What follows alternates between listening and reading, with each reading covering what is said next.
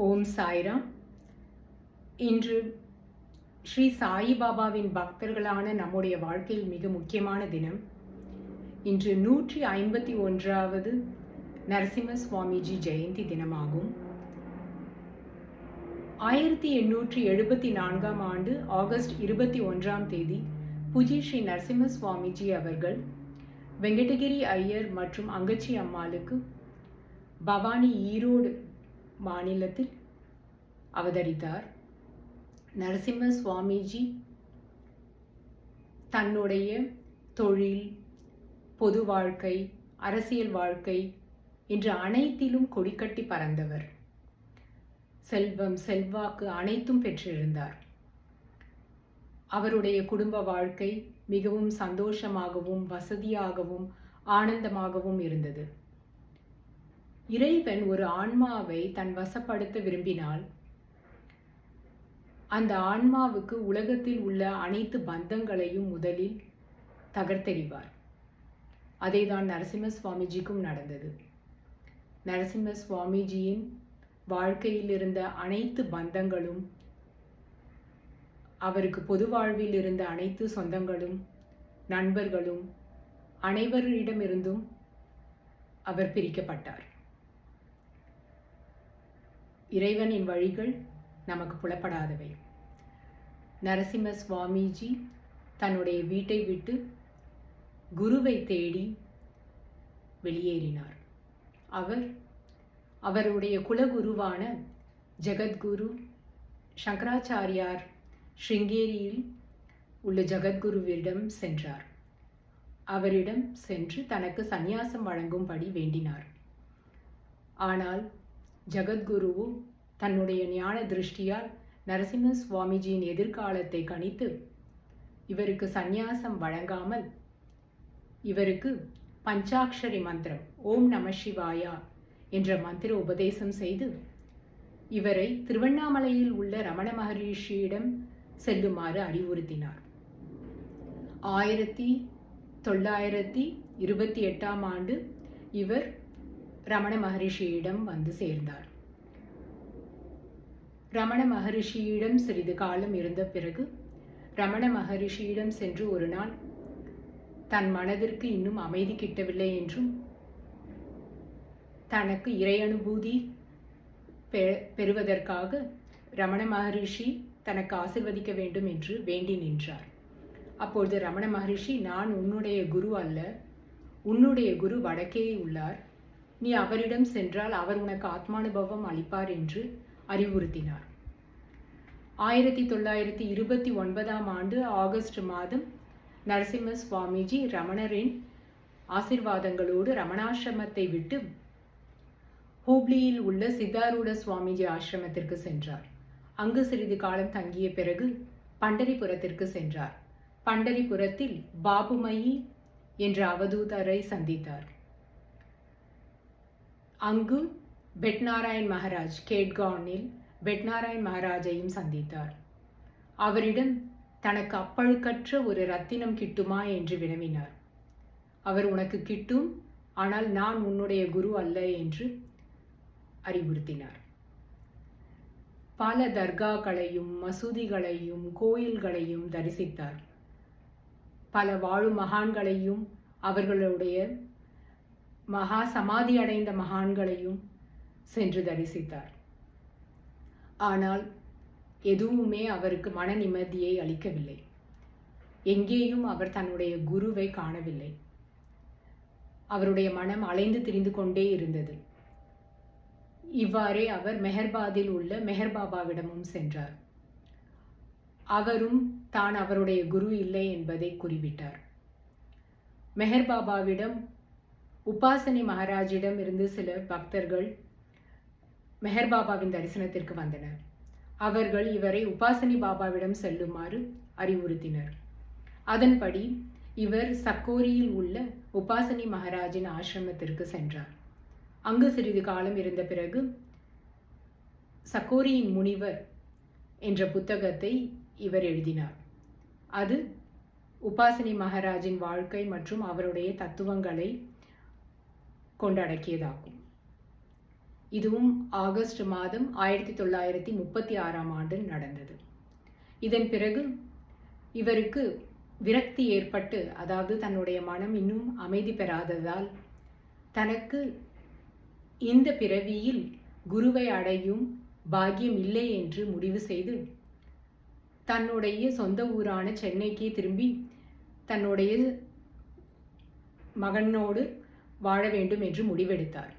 ஆகையால் ஆகஸ்ட் மாதம் ஸ்ரவண பௌர்ணமி அன்று ஆகஸ்ட் 29 இவர் உபாசனி மகாராஜின் ஆசிரமத்திலிருந்து வெளியேறி சித்தலி ரயில் நிலையத்தை நோக்கி நடக்கலானார். அப்பொழுது ஒரு பதான் இனத்தை சேர்ந்த ஒரு நபர், மிக உயரமான ஆஜானுபாகுவான அவர், இவரிடம் பேச்சு கொடுத்தார்.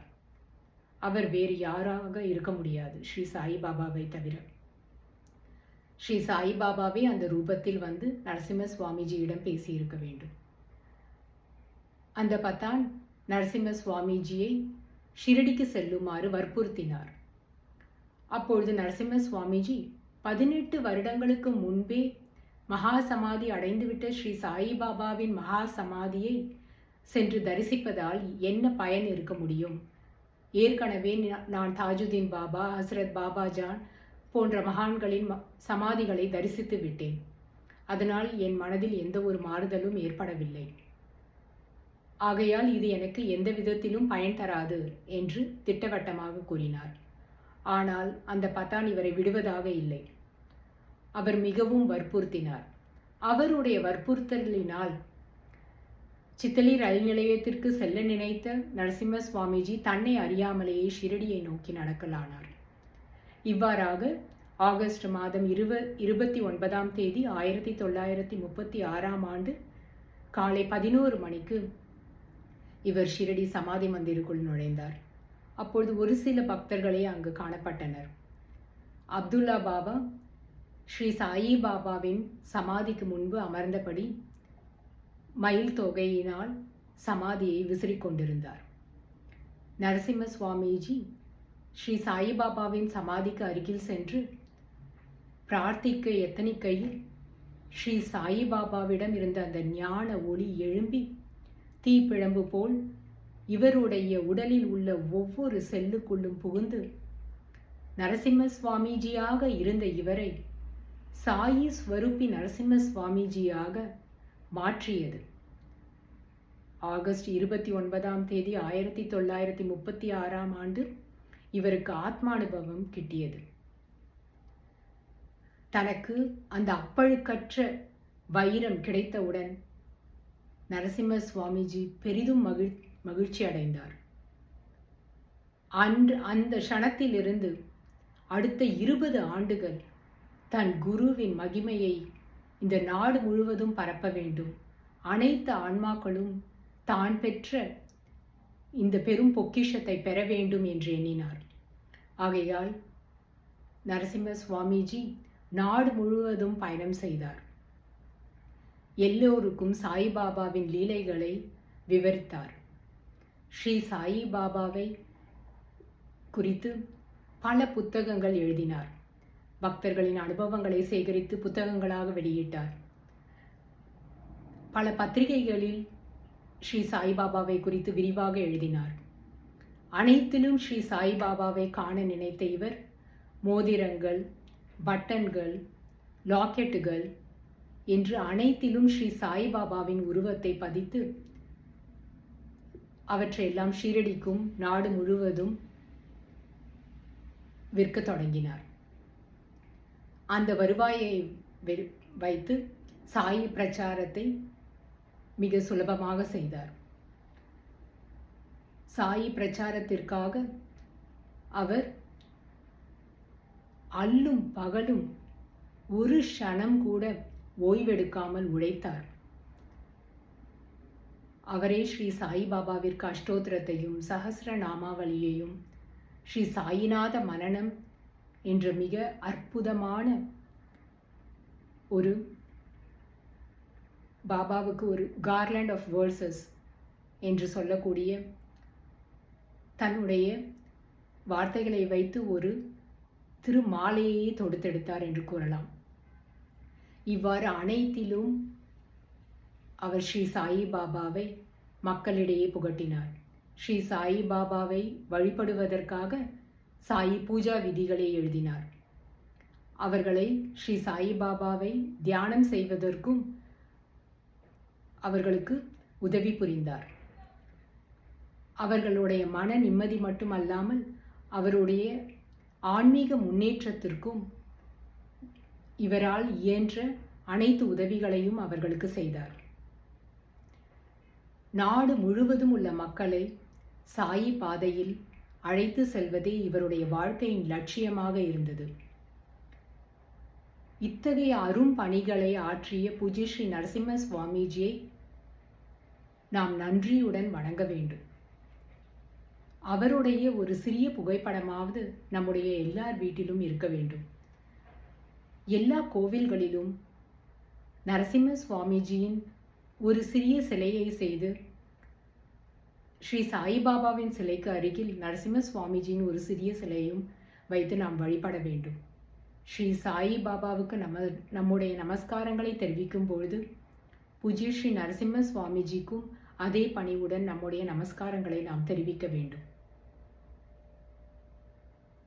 இந்த புனிதமான நாளில் நாம் அனைவரும் ஸ்ரீ சாயிபாபாவையும் ஸ்ரீ நரசிம்ம சுவாமிஜியும் வேண்டி அவர்களுடைய அருளுக்கு பாத்திரமாகலாம். ஓம் சாய்ராம். பூஜ்ய ஸ்ரீ நரசிம்ம சுவாமிஜிக்கு ஜெய்.